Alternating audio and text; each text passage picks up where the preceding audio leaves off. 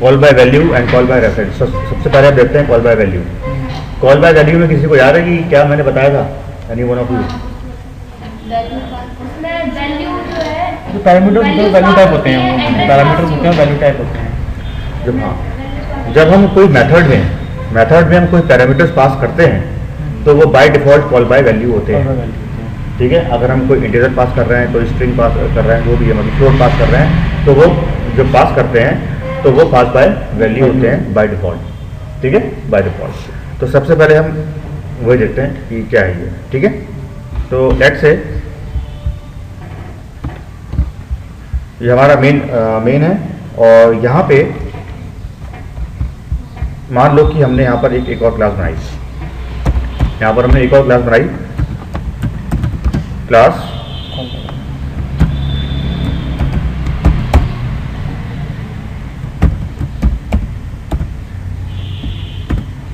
Call by value, ये लिखा।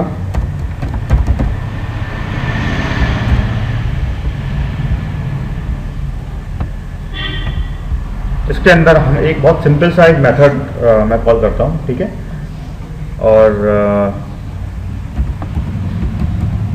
Public int, ये इंट रिटर्न करेगा और इसको हम लिखेंगे,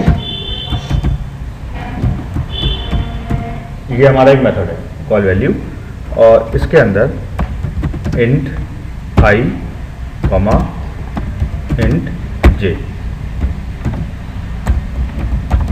ये पास किया। ठीक है, अब यहाँ पे हम सिर्फ कर क्या रहे हैं, आई और जे में तो वैल्यू आई जाएगी। यहाँ पर हम सिर्फ ये कर रहे हैं कि i is equal to i multiply by i. ठीक है, ये किया, और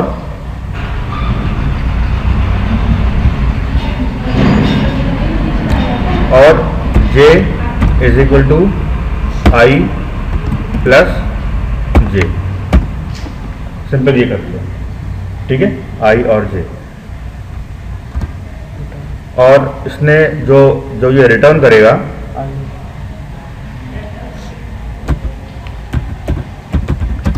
ये रिटर्न करेगा, या इनफैक्ट ये रिटर्न इस करेगा आई प्लस जे, कॉमा जे नहीं, रिटर्न तो एक ही वैल्यू करेगा ये।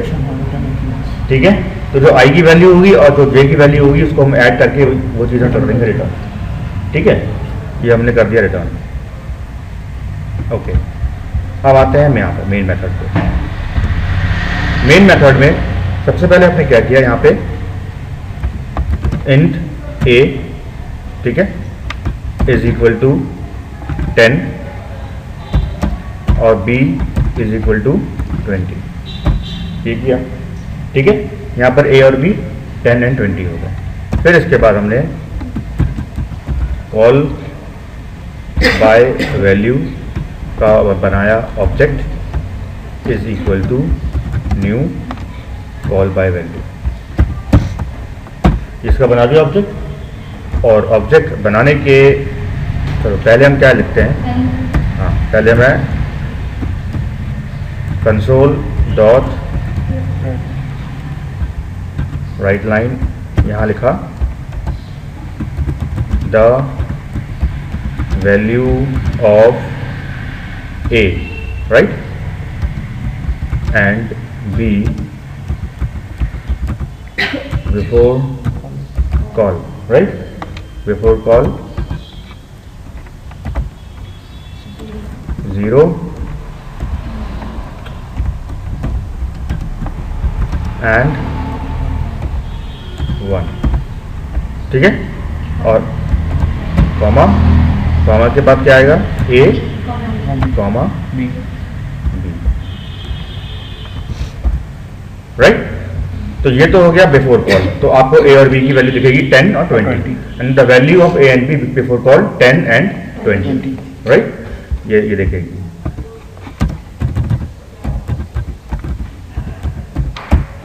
फिर इसके बाद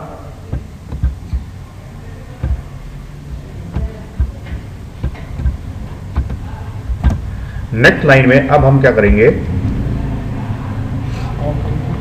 बिल्कुल हम इसको कॉल करेंगे तो एक हमने एक और वेरिएबल लिया int result is equal to obj dot, क्या मेथड का नाम है, कॉल वैल्यू, ये किया। और इसके अंदर हमने क्या पास किया, a, b, ये हमने पास कर दिया। तो जो भी आएगा रिजल्ट वो इसमें आ गया। लेकिन वो तो ठीक है, आ गया, वो हमें इस रिजल्ट से मतलब नहीं है, हमको मतलब है इसका वो एंड कहाँ चला गया, Ctrl+C,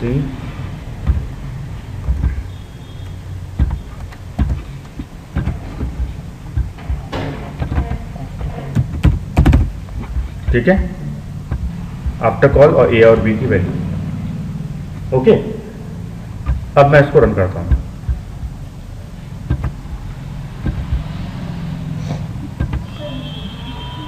सर वहाँ पे भी एक बार प्रिंट करा रहे थे ड्यूरिंग मीटिंग। यहाँ पे सर इंट की जगह अवॉइड कर दीजिए। नहीं, कोई बात नहीं।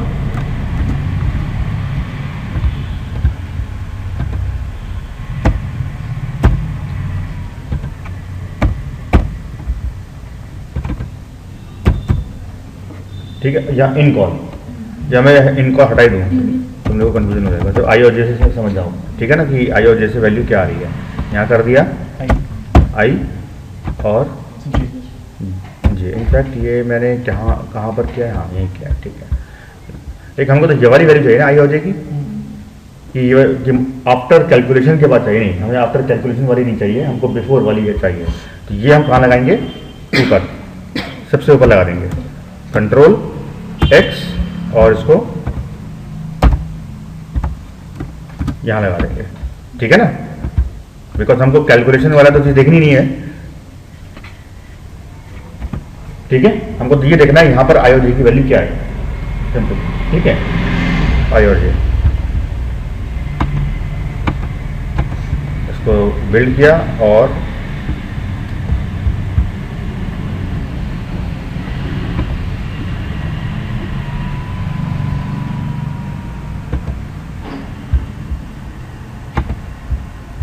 ठीक है। फिर इसके बाद यहाँ पर आए, ए की वैल्यू क्या हो गई, बी 10 और बी की वैल्यू 20, ये नीचे आ रहा है, देखो ए की वैल्यू 10 और बी की वैल्यू 20 दिख रहा है। इसके बाद अब यहाँ पर हम इसका बनाया ऑब्जेक्ट, ऑब्जेक्ट बनाने के बाद the value of a and b before call 10 and 20, तो ये रिजल्ट में आ जाएगा, देखिएगा the value of a and b before call is 10 and 20 respectively, ठीक है, ये आ गया। फिर इसके बाद अब हमने ये कॉल किया, तो ए में 10 है और बी में 20 है, तो ये है call by reference, sorry call by value. इसमें क्या हो रहा है कि जो एक्चुअल वैल्यू है वो तो यहीं पर है, इसकी जो डुप्लीकेट कॉपी है वो जा रही है वहाँ पर मेन मेथड में, ठीक है। तो ये वाला ए में 10 ऐसी रहेगा और ये वाले बी में 20 ऐसी रहेगा। इसकी बाद जो क्लोन है, इसकी जो कॉपी है वो जा रही है वहाँ पे, यहाँ पर आई। तो इस वक्त यहाँ पे आई में क्या हो गया 10 और जे में आ गया 20, तो डेट मीन्स की इसकी कॉपी गई है यहाँ पे, वो अभी वहाँ पर वैल्यू वैसी की वैसी है, ठीक है। ए की 10 है और बी की 20 है। फिर इसके बाद यहाँ पे आपको ये दिख जाएगा the value of i and j, ठीक है।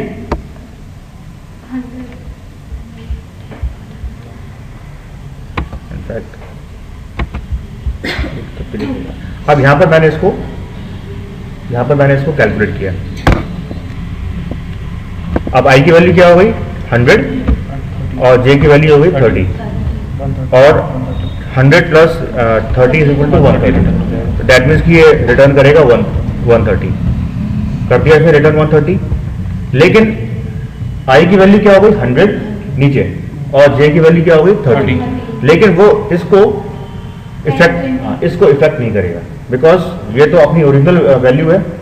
जो वैल्यू चेंज हुई है वो सिर्फ नीचे वाले मेथड में, इस वाले वैल्यू में कुछ भी नहीं हुआ है, ठीक है। इस वाले जो इनके वेरिएबल्स हैं, अभी भी ए में क्या है 10 और बी में क्या है 20 है। और फिर इसके बाद जब हमने इसको रन किया तो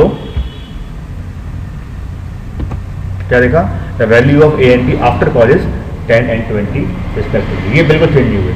अच्छा, ये जो आई और जे हमने यहाँ 10-20 लगाया है वो भी गलत लगाया है, वहाँ पर हमको ये नहीं लगाना है। हमको सिर्फ ए और बी से मतलब है, ठीक है, हमको सिर्फ ए और बी से मतलब है। तो डैट मीन्स कि ये होता है call by value. Call by value में क्या हुआ कि जब हमने कॉल बाय वैल्यू में ए और बी का वैल्यू जब पास किया तो ए और बी का जो ओरिजिनल वैल्यू है वो वैसे ही का वैसे ही रहा है, इसकी जो डुप्लीकेट कॉपी है वो नीचे गई है।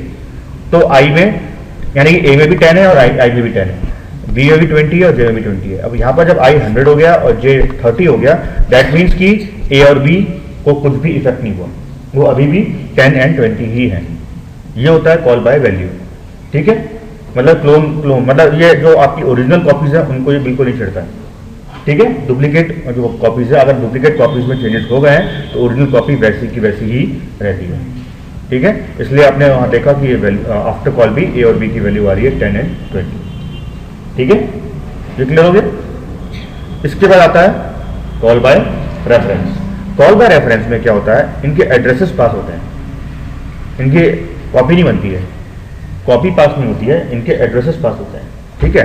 तो लेट से सिर्फ हमको ये करना है कि इनके आगे क्या लगाना है, रेफ, और इसके आगे लगाना है रेफ। अगर आपने यहां रेफ लगाया है तो आपको यहां पर भी रेफ लगाना होगा, ये लगाना होगा, दैट्स इट। इस पोजीशन में क्या होता है कि जब कॉल वैल्यू, जब ए की वैल्यू में ए में 10 है और बी में 20 है, तो ऑफकोर्स ये किसी मेमोरी में होगा, तो उस मेमोरी का एड्रेस जो है वो एड्रेस यहां पास होता है, राइट। यानी कि अब वो एड्रेस को ए भी देख रहा है और आई भी देख रहा है, उसी एड्रेस को, और उस एड्रेस में क्या है, जहां पे इसकी वैल्यू है, ठीक है ना। ये मैंने तुम लोग को पहले भी बताया था ये चीज, राइट। एड्रेसेस पास होते। देखो हमारे कंप्यूटर पे जो भी चीज़ स्टोर होती है वो एड्रेसेस, मेमोरी एड्रेस में होती है, राइट। फॉर एग्जांपल मैंने बताया था कि हम लोग का जो लेटर आता है वो हम लोग का एड्रेस पे आता है ना, तभी तो हमको मिलता है, राइट। तो इसी तरीके से यहाँ पर क्या है कि मेमोरी एक ब्लॉक है, मतलब एक घर है, मतलब ठीक है, उसमें ये एक वैल्यू स्टोर है, और ऑफकोर्स इस घर का कोई एड्रेस भी है, राइट। नाउ अब क्या है कि जो ए है, ए ने इस एड्रेस को रेफर किया तो इस एड्रेस में वो वैल्यू है, और आई ने भी इसी एड्रेस को रेफर किया तो आई को भी ये वाली वैल्यू दिख रही है और ए को भी ये वाली वैल्यू दिख रही है। अगर ये वैल्यू इन दोनों में से कोई भी चेंज करता है तो दोनों को वो चेंज वैल्यूज दिखेंगी, सिंपल। मान लो अगर मैं एक एनालॉग एग्जांपल तुम लोग को बताऊं, वो मैंने पहले भी शायद तुम लोग को बताया था, पोस्टमैन वाला, कि जब एक एड्रेस तुम्हारा पोस्टमैन आता है तुम्हारे घर पे एड्रेस लेटर लेके, तो वो तुम्हारे एड्रेस पे आता है, तभी तुम क्या ऑब्जेक्ट हो, मतलब तुमको वो मिल रहा है, राइट। और अगर लेट से कि तुमने अपना जो चेंजेस, तुम्हारा जो तुम्हें एड्रेस है जो चेंज कर दिया लेट से, राइट, तो वो चेंजेस अगर दूसरा पोस्टमैन आएगा तो उसको भी वो चेंजेस दिखेंगे और उसको भी वो चेंजेस दिखेंगे। कहने का मतलब ये है कि उस एड्रेस को जो भी रेफर करेगा तो उस जो वो चेंजेस वहाँ हैं, जो वो चेंजेस वहाँ पर हुए हैं, तो वो चेंजेस क्या है, दोनों को दिखेंगे, ठीक है। ये मतलब से कहने का मतलब ये है कि यहाँ पर क्या हुआ है कि अगर ए और आई, जब ए में 10 है, यानी कि उस ए में 10 का मतलब ये होता है कि ए जो है, ए वेरिएबल है और ये एड्रेस को रेफर कर रहा है, और उस एड्रेस में क्या है, 10 है, ठीक है। और आई क्या है, आई भी उसी एड्रेस को रेफर कर रहा है, तो इसका मतलब ए और आई को क्या दिख रहा है, 10 दिख रहा है। अब मान लो आई ने क्या किया, उस वैल्यू को चेंज कर दिया, दैट इज 10 और 10 100 कर दिया, तो वो 100 ए को भी दिखेगा, ठीक है। तो यहाँ पर जैसे ही यहाँ पर चेंजेस होंगे तो ऑटोमेटिकली ए में भी 100 और बी में 30 आ जाएगा ऑटोमेटिकली, ठीक है। ये इसको हम रन करते हैं एंड लेट्स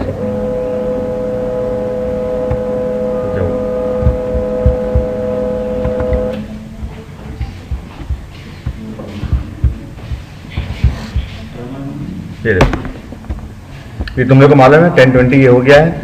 यहाँ पर the value of a and b before call is 10 and 20। Now यहाँ पे अब हमने ए 10 है ना, तो इसका जो एड्रेस है, जिस 10 वैल्यू जिस मेमोरी एड्रेस में है वो एड्रेस हमने पास किया कहाँ पे, नीचे आई में, और बी की जो वैल्यू है, बी जिस एड्रेस को रेफर कर रहा है वो एड्रेस हम पास कर रहे हैं जे में, यहाँ पर आ रहा है, ठीक है। तो आई और जे में भी, आई और जे को भी वही दिख रहा होगा जो ए और बी को दिख रहा है, यानी कि 10 एंड 20।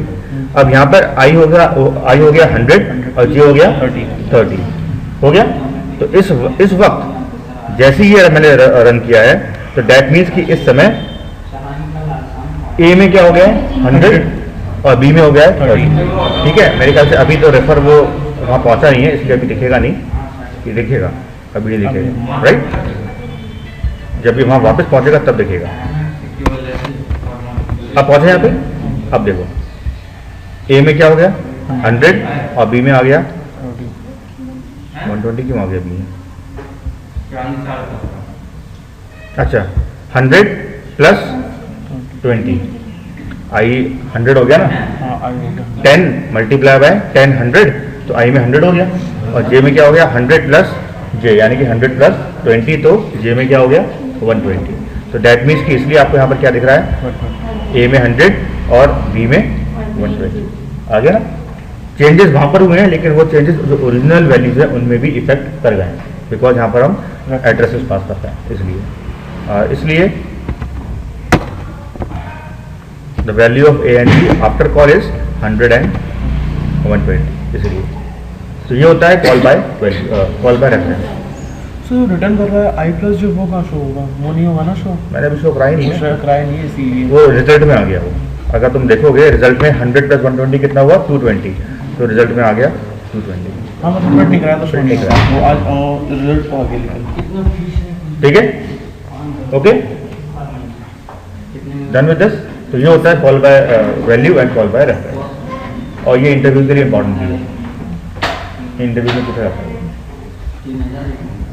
और बताओ अब एरेज के बारे में। हाँ ओके,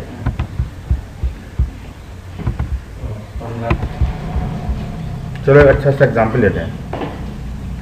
जब हम एरे को इनिशियलाइज करते हैं तो कैसे करते हैं initialize? Type, right. Let's say we will take string, ये लगाया स्क्वायर ब्रैकेट, ठीक है। इसके बाद एरे का नाम, ठीक है। तो एरे का नाम हम लेट्स से ले देते हैं ARR स्टूडेंट, ठीक है, इज इक्वल टू न्यू, ठीक है।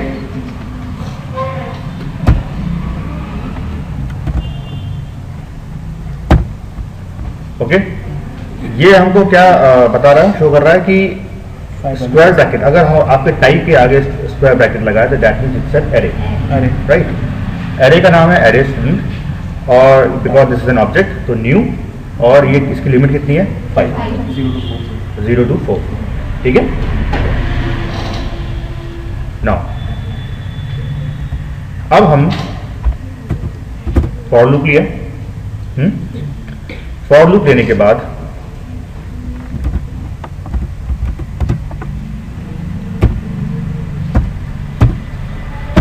ये कर दिया,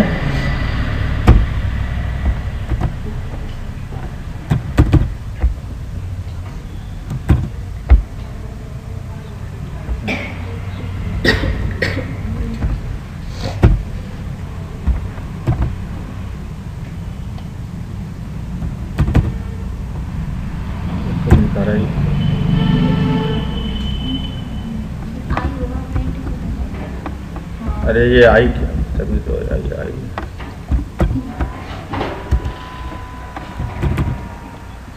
नहीं, वो तो ठीक है, स्टूडेंट के नहीं आ रहा है इसमें।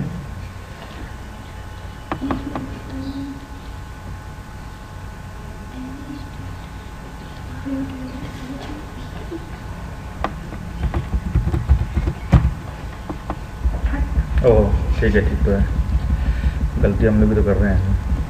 क्या गलती कर रहे हैं बताओ?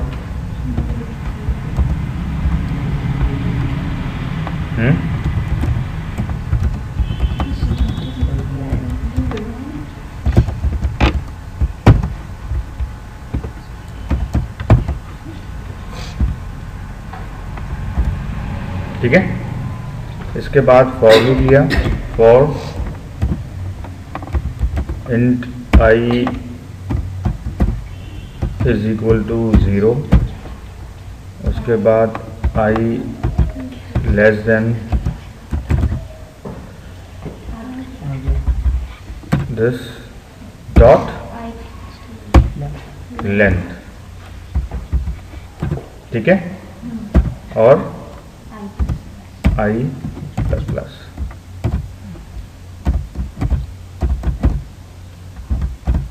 ये कर दिया। लेंथ कितनी है इसकी? 5। 5। तो 0 1 2 3 4 तक चलेगा, ठीक है। और उसके बाद स्किप हो जाएगा। यहाँ पे अभी सिर्फ हम क्या करेंगे, यहाँ पर हम वैल्यूज़ देंगे, और वैल्यूज़ जो हम देंगे वो हम इनपुट करेंगे, ठीक है। और फिर वही इनपुट जो हम करेंगे वो हम रिट्रीव करेंगे और दिखाएंगे, ठीक है। और ये 5 टाइम्स है तो 5 बार आपको इनपुट करना पड़ेगा, ठीक है। अभी सिर्फ एक ही चीज़ मैं देता हूँ, वो है नेम। तो लेट्स से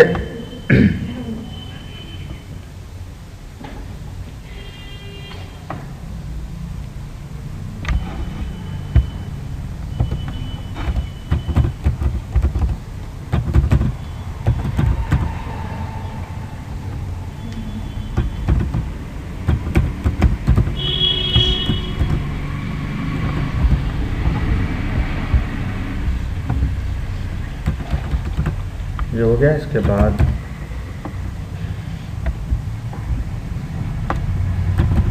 वैसे मैं इसको ऐसे भी कर सकता था, क्या नाम था यार, स्ट्रिंग नेम ना।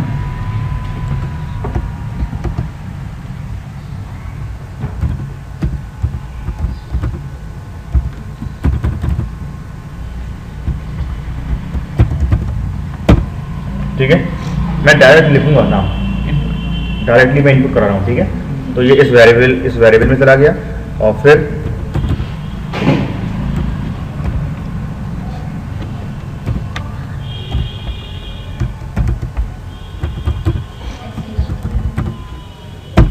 ये हो गया, ठीक है, इस तरीके से। तो ये कितने बार चलेगा? 5 टाइम्स। 5 टाइम्स चलेगा, और 5 टाइम्स चलने के बाद फिर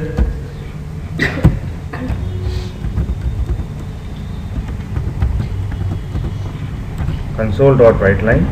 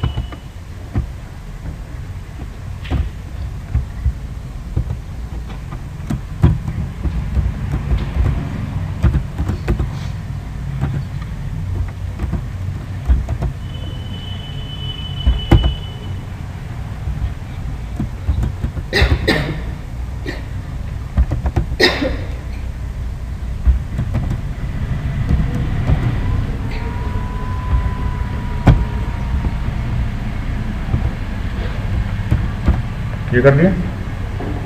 ऐसा भी क्यों नहीं आया था? देखो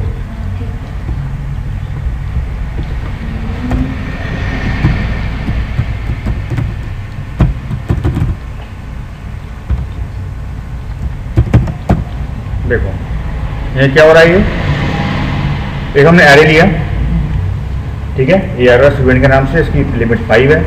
फिर हमने एक वेरिएबल लिया str नेम और string.empty, ये खाली, ठीक। फिर एक हमने एरे मतलब एक लूप चलाया, फॉर लूप, जिसमें हमने i = 0 और यहाँ पर हम कंपेयर करा रहे हैं उसकी लेंथ, एरे की लेंथ, अगर वो उससे कम है तो ये रन करेगा। और सबसे पहले हम क्या लेंगे? वैल्यूज लेंगे, रीड लाइन ले रहे हैं, इनपुट वैल्यूज, जो भी वैल्यू आपने इनपुट करी वो कहाँ चली गई? एरे स्टूडेंट आई क्या है? 0, तो 0th एलिमेंट में चला गया, फिर 1, फिर 2, फिर 3, फिर 4, ठीक है। इसके बाद console.writeLine 2 बार लिखा ताकि हम नेक्स्ट लाइन में आ जाए, ठीक है। उसके बाद एक और राइट लाइन में लिखा रिट्रीविंग वैल्यूज। 2 टाइम्स का मतलब समझ में नहीं आया। राइट लाइन और राइट लाइन मतलब 2 लाइन ब्लैंक हो जाएंगी। राइट लाइन लिखते हैं तो एक लाइन ब्लैंक हो गई, दूसरी लाइन ब्लैंक हो गई, 2 लाइन ब्लैंक हो जाएंगी।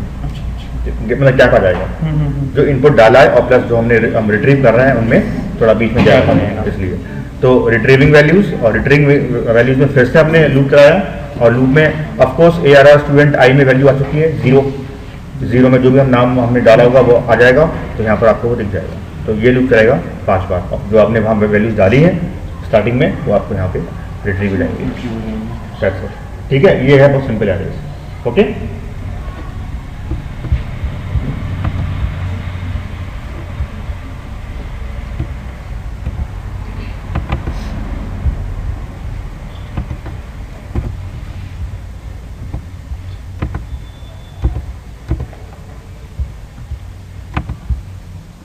ठीक है। Now it is asking for values. कितनी? 5 है ना?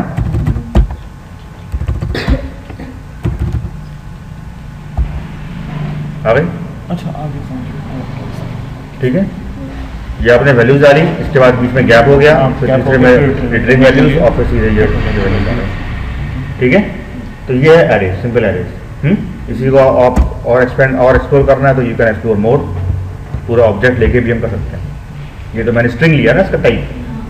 मैं चाहता हूँ कि ये जो एरे स्टूडेंट है और जो हमने इसका टाइप स्ट्रिंग लिया है, इसका मैं बाकायदा जो स्टूडेंट का हमने क्लास बनाई थी, अगर तुम लोग को याद होगा, हाँ सर, वो उसका मैं पूरा एक ऑब्जेक्ट बना के एक एरे दूँ, यानी कि इस एरे में सिर्फ स्टूडेंट क्लास के ऑब्जेक्ट ही स्टोर होंगे, तो वो भी हम कर सकते हैं। ठीक है, वो भी हो सकता है। मतलब कि जो पर्टिकुलर क्लास है सिर्फ उसके ही वो स्टोर। यस।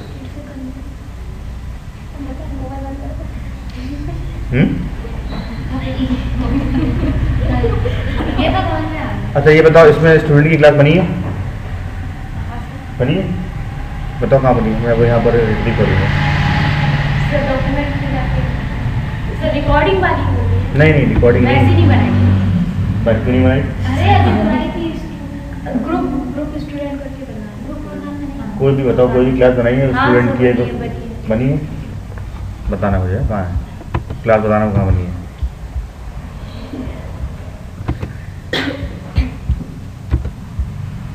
कहाँ बनी है?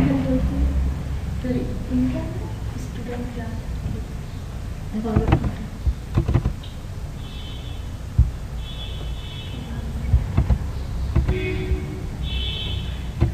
मेरे को तो कहीं देखूंगी न्यू प्रोग्राम में कहाँ बनी बताओ? एकता है बनी? यही प्रोग्राम है, नाम है इसका, फाइल का नाम यही है कि फाइल का नाम कुछ और है?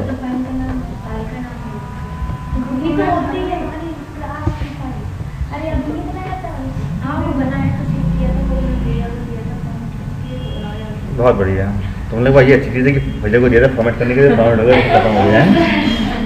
नहीं सर, अभी जरूर आवाज कर रहा था तो साउंड निकाल रहा था सर, तो इसलिए दिया था। चलो ठीक है, मैं बनाता हूँ क्लास। सर मतलब फिर वो रिस्ट्रिक्ट कैसे करेंगे कि सिर्फ उसी क्लास में? वो बता रहा हूँ, लेट मी थिंक। मैं एक सिंपल सी क्लास बना देता हूँ। सर थोड़ा बता दीजिए आप क्या क्या था? हम ये वो नहीं होता, वो बचता है वो।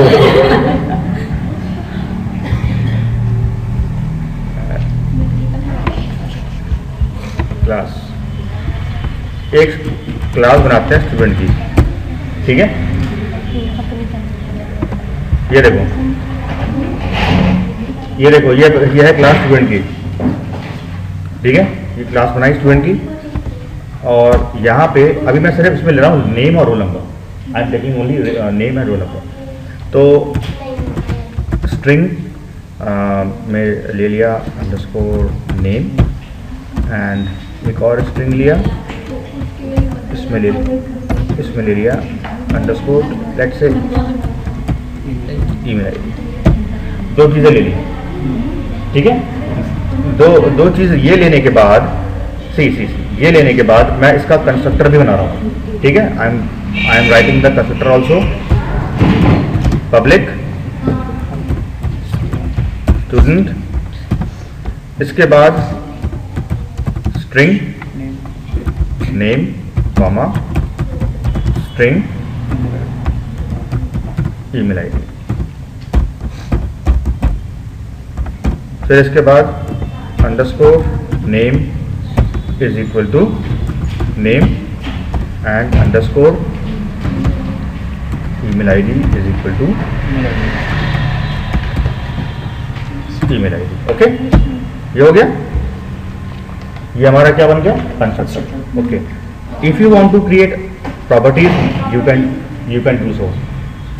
सर ये जैसे प्रॉपर्टीज हम क्यों बनाते हैं? प्रॉपर्टीज हम इसलिए बनाते हैं ताकि ये आप जो फील्ड्स हैं इनको आप डायरेक्टली एक्सेस ना कर पाए, ये मैंने बताया। मतलब हमारा उनको ना यूज करें तो हमारा स्पेस भी बच रहा है, हमें नहीं। डबल काम करना पड़ता है। नहीं, बात ये नहीं है, बात ये नहीं है। प्रॉपर्टीज इसलिए यूज आप करेंगी जब आप वैल्यू सेट करेंगी, तो मैं चाहता हूँ कि नहीं, मेरे को सिर्फ कोई पर्टिकुलर वैल्यू सेट होनी है इसमें, राइट। जैसे वैलिडेशन लगाते हैं, वैलिडेशन मतलब हमको मतलब ये ना हो कि वो कुछ भी टाइप कर ले, कोई हम वैलिडेशन लगा सकते हैं, वैसे नहीं लगा सकते। वैसे नहीं होगा। ये एक स्टैंडर्ड है ये कि हम उसी के थ्रू हम लगाएंगे, ठीक है। और दूसरी चीज़ ये है कि मैंने बताया ना, माइक्रोसॉफ्ट ये रिकमेंड करता है कि बिकॉज ये आपके एट्रीब्यूट्स हैं, जो ये फील्ड्स होते हैं, इसी में जो आपका डेटा सेव हो रहा है, जो ये हमारे फील्ड्स हैं, जो वेरिएबल्स हैं, इन्हीं में आपका डेटा सेट हो रहा है, डेटा जा रहा है। तो आप इसको क्यों एक्सप्लोर करा रहे हो आउटर वर्ल्ड में? हो सकता है कि इसमें कुछ सेंसिटिव डेटा हो, इसलिए why you are exploring. Private तो है ये, प्राइवेट तो है ये। नहीं, वैसे भी प्राइवेट रख सकते हैं ना कीवर्ड। नहीं, प्राइवेट का कीवर्ड अगर तुम यूज़ नहीं कर रही हो तो ये बाय डिफॉल्ट प्राइवेट ही है, ठीक है। नाउ अगर मैं ऑब्जेक्ट मैंने बनाया और मेरे को इसमें कोई वैल्यू सेट करनी है, तो आप डायरेक्टली डॉट करेंगे तो अंडरस्कोर नेम आ जाएगा, अगर ये पब्लिक होगा तो, राइट। अगर प्राइवेट होगा तो तुम वैल्यू कैसे डालोगी इसमें? तो प्रॉपर्टीज के थ्रू तो डालोगी, डायरेक्ट कैसे डालोगी इसमें? फिर तो आपको प्रॉपर्टीज के थ्रू डालो या फिर कंस्ट्रक्टर के थ्रू डालो, इज़न्ट इट। इसलिए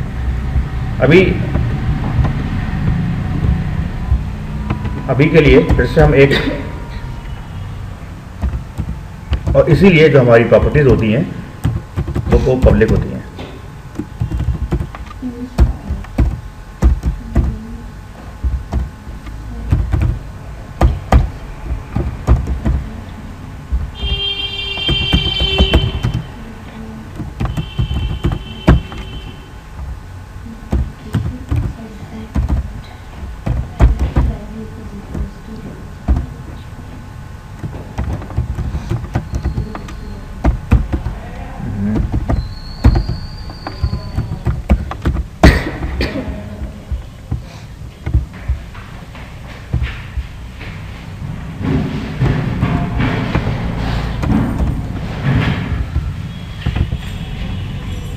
नेम के बाद क्या है? EV ID.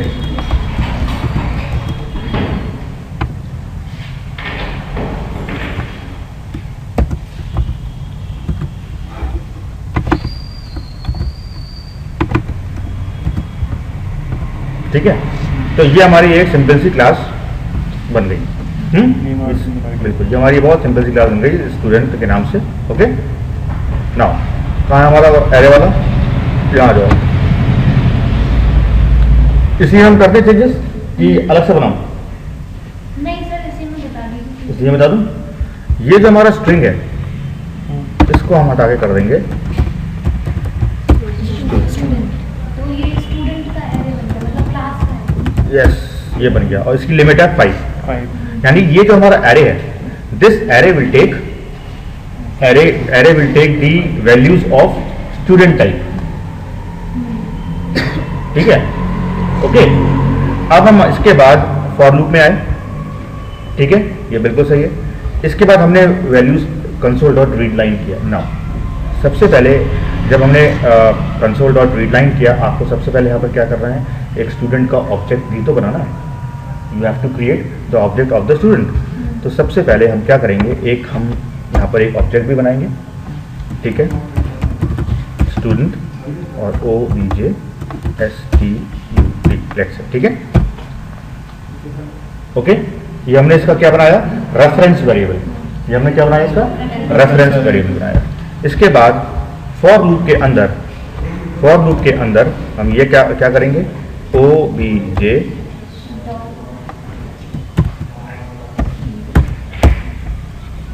ये था डॉट अब देखो हम क्या कर रहे हैं, नेम सेट कर रहे हैं ना, हाँ जी नेम, ठीक है, ये कर रहे हैं। इनफैक्ट पहले तो गलत कर दिया,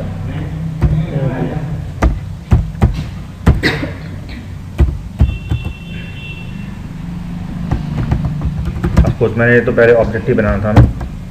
ये देखो, अब ये जो हमारा ऑब्जेक्ट है ये क्या ले रहा है, दो चीजें ले रहा है, नेम और ईमेल आईडी। ले रहा है ना, दो चीजें ये ले रहा है। इसमें हम कैसे पास करेंगे, ऑफकोर्स हमको जो इनपुट करना है वही तो पास करेंगे, जो हम इनपुट लेना है हमको इसमें वही चीज पास करेंगे। तो पहले हम क्या करेंगे, लेट्स सी, ये जो हमने यहाँ लिखा है सबसे पहले तो इसको ऊपर लेंगे हम, कंट्रोल एक्स एंटर और कंट्रोल वी।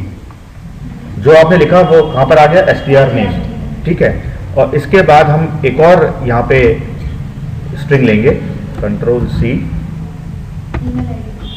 कंट्रोल वी, बिल्कुल किसके लिए, ईमेल आईडी। ईमेल आईडी के लिए, ठीक है।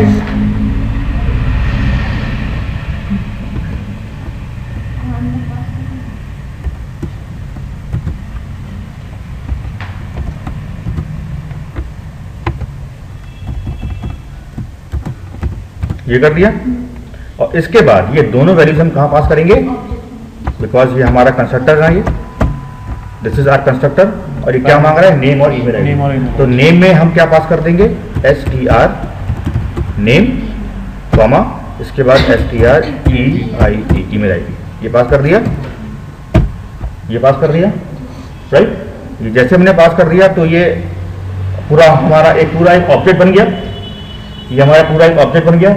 नाउ ये जो हमारा ऑब्जेक्ट है इसको हम, बिकॉज अब हमारा ये एरे स्टूडेंट क्या है, एक एरे है, एरे है कि नहीं, ये एरे का टाइप क्या है, स्टूडेंट। इसका मतलब कि इसके अंदर जो वैल्यूज जाएंगी वो स्टूडेंट के ऑब्जेक्ट की जाएंगी। बात समझ में आई। पहले हमारा एरे का टाइप क्या था, स्ट्रिंग, तो हम स्ट्रिंग पास कर रहे थे, लेकिन अब हमारा एरे का टाइप क्या है, स्टूडेंट। दैट मीन्स कि अब हम स्टूडेंट का ऑब्जेक्ट पास करेंगे।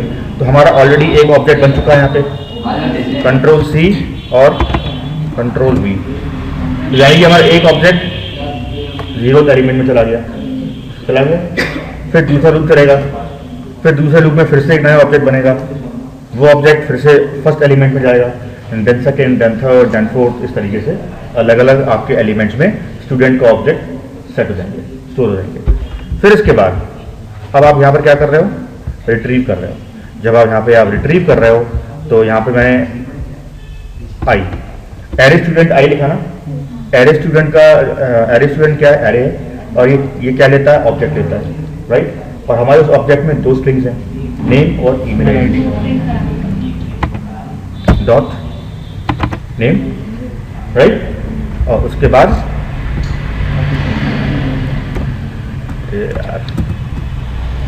कंट्रोल सी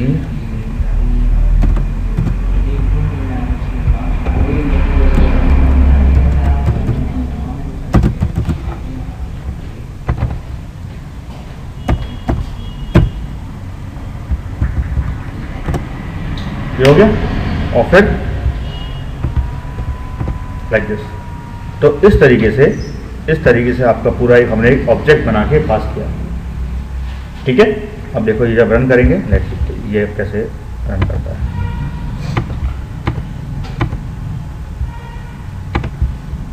देखो यहाँ पर है, यहाँ पर आने के बाद यहाँ पर आए, ये हम क्या बना रहे हैं, array. We are creating an array, right.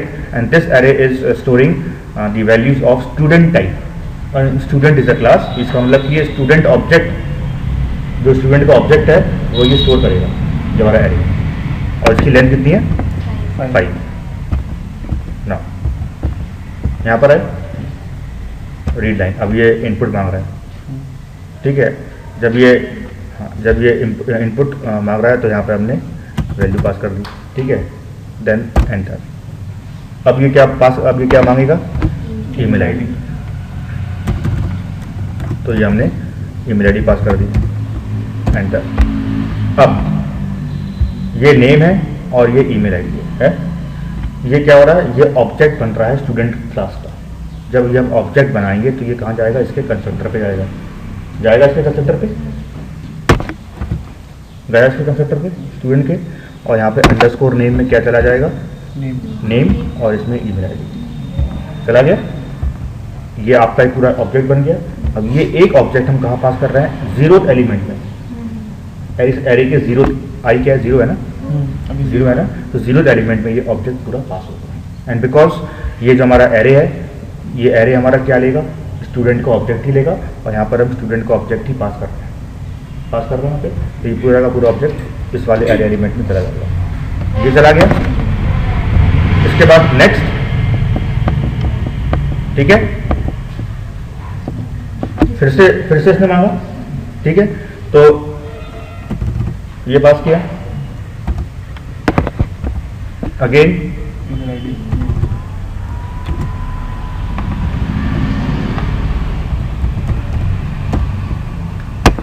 फिर से बनाइए, फिर से एक नया ऑब्जेक्ट बना, और नया ऑब्जेक्ट बनने के बाद एक और इंस्टेंस बना। इसके बाद फिर ये एक नया ऑब्जेक्ट आपको कहाँ स्टोर हो रहा है, फर्स्ट एलिमेंट में, राइट, फर्स्ट एलिमेंट में, ठीक, इस एरे के फर्स्ट एलिमेंट में। तो 0th एलिमेंट में भी ऑब्जेक्ट है, फर्स्ट एलिमेंट में भी ऑब्जेक्ट है। किसका ऑब्जेक्ट है, स्टूडेंट क्लास का ऑब्जेक्ट, ठीक है, एंड सो ऑन। क्लियर, समझ में आई थी,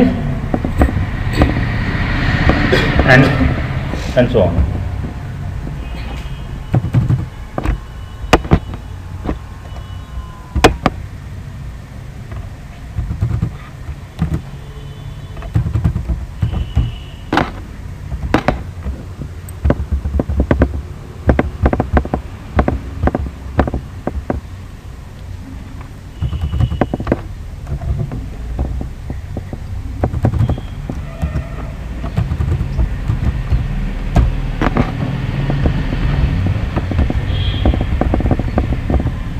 कितने हो गए, 4 हो गए, ये लास्ट है।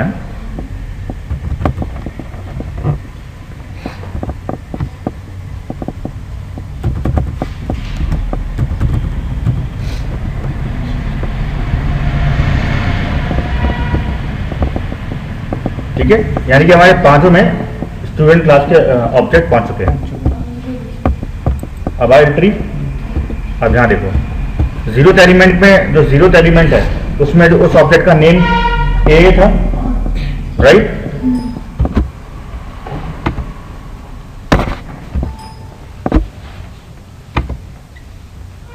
तो एक दिख गया, ये देखो आ गया, ठीक है। फिर इसके बाद दूसरा, तो दूसरी वैल्यू दिख गई, राइट, और इसी तरीके से 5 वैल्यूज आपकी दिख जाएंगी।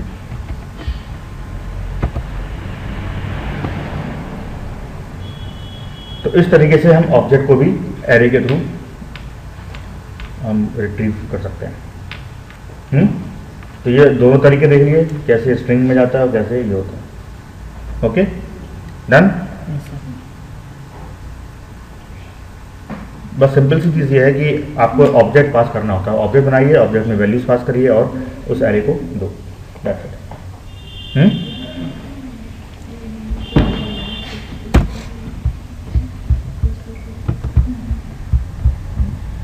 और बताओ,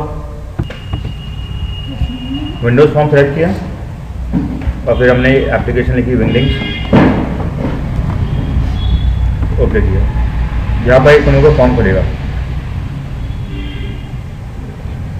ठीक है। इसके बाद let's say tool box, common controls, text box का है, ये टेक्स्ट बॉक्स है।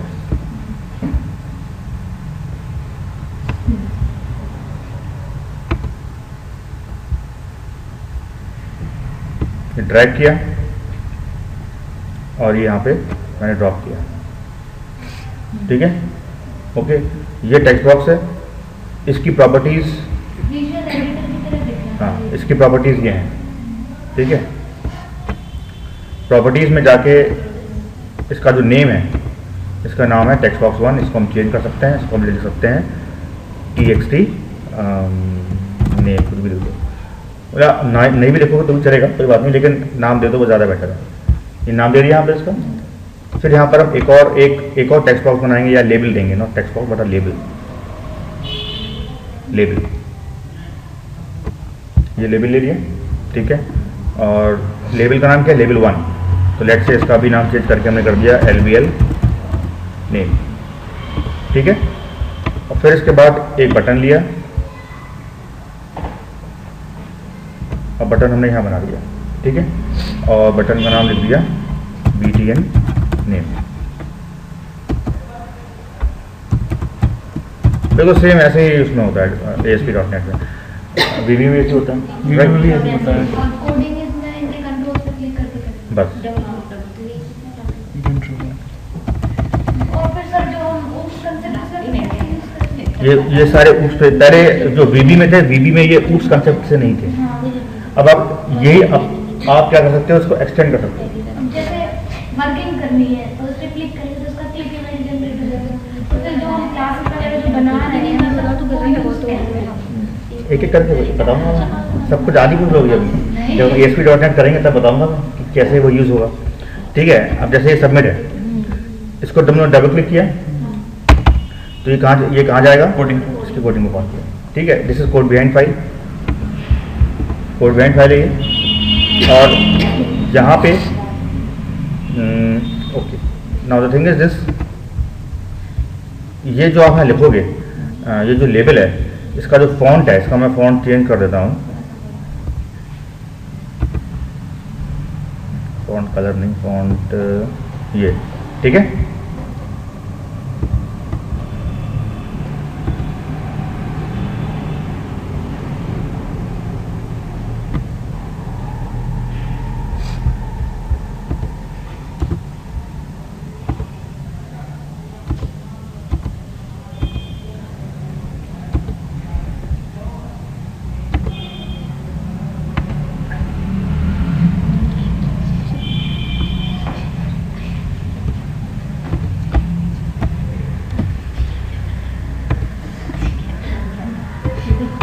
ठीक है, ये क्या। अब यहाँ पे जो आप उस टेक्स्ट बॉक्स में लिखेंगे वो आपको उस लेबल में शो होना है। जो भी आप टेक्स्ट बॉक्स में लिखेंगे आपको क्या होना है, उस लेबल में शो होना है। दैट मीन्स कि LBL name dot text is equal to text name dot text.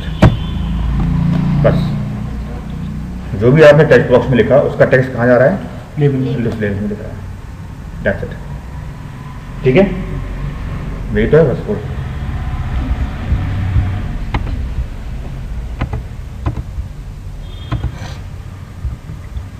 यही ना, JKL और सबमिट किया तो ये आया, ठीक है ना। इसका बिकॉज फॉन्ट अलग है ना इसका, ठीक है ना, इसका फॉन्ट अलग है, इसलिए वो जो विंगडिंग्स का फॉन्ट हमारा इसका। तो इस तरीके से ये हमारा ये विंडोज फॉर्म होता है सिंपल। देखो इशू ये, इसमें मेन चीज़ क्या है समझने की, वो ये है कि ये सारा ऊप्स कंसेप्ट पे है। ऊप्स मतलब ये जो फॉर्म बना है इसकी ये क्लास है, क्लास फॉर्म 1। और ये इनिशिएट कहाँ से होता है, ये इनिशिएट होता है प्रोग्राम से। ये मेन मेथड है यहाँ पे, ठीक है। ये जो हमारा मेन मेथड है, ये देखो application dot run new form 1। ये न्यू फॉर्म 1 क्या है, क्लास है ना। और ये क्या हुई, ये इंस्टेंशिएट हुई, न्यू लगा ना, न्यू। तो न्यू का मतलब क्या हुआ, ये जो फॉर्म है ये इंस्टेंशिएट हुआ, राइट। इसका इंस्टेंस बन रहा है, ऑब्जेक्ट बन रहा है इसका। तो इसका जब ऑब्जेक्ट बन रहा है तो ये कहाँ जाएगा, फॉर्म 1 की क्लास में जाएगा। और तुम ये देखो कि जब ये इंस्टेंशिएट हो रहा है तो ये कहाँ जाएगा, इसके कंस्ट्रक्टर पे जाएगा, फॉर्म 1 के कंस्ट्रक्टर पे जाएगा ना। जब हम लोग न्यू लिखते हैं, न्यू और कोई क्लास का नाम लेते हैं और ब्रैकेट लगाते हैं तो इसका मतलब क्या होता है कि वो इसके कंस्ट्रक्टर पे जाता है। तो दैट मीन्स कि ये फॉर्म 1 के कंस्ट्रक्टर पे गया और इसका कंस्ट्रक्टर क्या है, यही तो है इसका कंस्ट्रक्टर। और यहाँ पर एक इसने मेथड कॉल किया, मेथड का नाम क्या है, इनिशियलाइज कंपोनेंट। तो इनिशियलाइज कंपोनेंट पे राइट क्लिक करके हम गो टू डेफिनेशन करेंगे तो ये इसके कंपोनेंट है। तो ये देखो टेक्स्ट बॉक्स आ गया जो हमने डाला था, लेबल और बटन ये यूज कर रहे थे। और ये सारी क्लासेस हैं, सारी क्लासेस हैं, ये देखो, ये टेक्स्ट बॉक्स क्लास है, ये लेबल क्लास है, ये बटन क्लास है, और ये किसके अंदर है? System dot Windows dot forms के अंदर है। ये नेम स्पेस है, system dot Windows dot forms क्या है? नेम स्पेस है। और बटन का ये क्या बन रहा है? एक ऑब्जेक्ट बन रहा है, राइट। और ये हम कहाँ पर? दिस इस क्लास के BTN नेम, ये हमारी एक प्रॉपर्टी है, ये हमने ये इन्होंने नाम डाला था, इसमें जा रहा है, ठीक है। और तुम लोग को याद होगा पार्शियल, देखो यहाँ भी एक form1.designer.cs फाइल है, राइट। इसमें भी form1 क्लास है, पार्शियल form1, ये भी पार्शियल, देख रहे हो? इसका मतलब कि दो क्लास है एक ही नाम की, लेकिन बस इसके आगे लगा हुआ है पार्शियल। दैट मीन्स कि यहाँ पर इसका अलग काम हो रहा है, वहाँ अलग काम हो रहा है, वो अलग अलग सबमिट। तो वही वाला कंसेप्ट आ गया। क्लासेस वाला तो हमने पढ़ा था, ये आपने अलग अलग बनाया, लेकिन जब ये रन करेगा तो एक साथ रन करेगा, तो ये वही वाला कंसेप्ट रहेगा। ये यहाँ पर ये फॉर्म वाला फॉर्म है जो हमारा रन होगा, और ये है डिजाइनर्स वाला फॉर्म जो आपकी वो डिजाइन बनती है, ये ऑटोमेटिक है, ये ऑटोमेटिक होता है, बनता है, ये वाला जो फॉर्म बनता है ये ऑटोमेटिक बनता है, ठीक है। इसलिए इसको छेड़ते नहीं हम लोग, ठीक है। देखा ना, required method for designer support do not modify the contents of this method with the code editor लिखा हुआ है। इसलिए ये फाइल इन्होंने अलग कर दी। पहले के टाइम में क्या था, हम लोग के टाइम में ये पहले ये और वो डिजाइनर एक ही उसमें थे। जब EXE बनाएंगे तो वो उसी में सबमिट हो जाएगा। ये होता है फॉर्म, और सेम इसी तरीके से बिल्कुल ASP.NET काम करता है। इसमें भी ऐसा ही है कि आपने ड्रैग किया, ड्रॉप किया, डबल क्लिक किया, वहाँ पर ये इसका इवेंट हैंडल बन गया, वहाँ कोडिंग करी।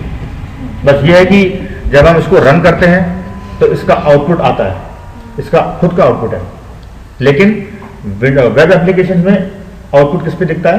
ब्राउजर पे, ठीक है। बस ये है डिफरेंस। इसका आउटपुट विंडोज का खुद का आउटपुट है, लेकिन वहाँ पे वेब का ब्राउजर होता है। ब्राउजर एक एप्लीकेशन है, ब्राउजर इज अ मीडियम जिसमें आपका एप्लीकेशन दिखेगा, ठीक है। ये होता है। चलो फिर मैं जा रहा हूँ, तुम लोग ये रिकॉर्डिंग ले लेना।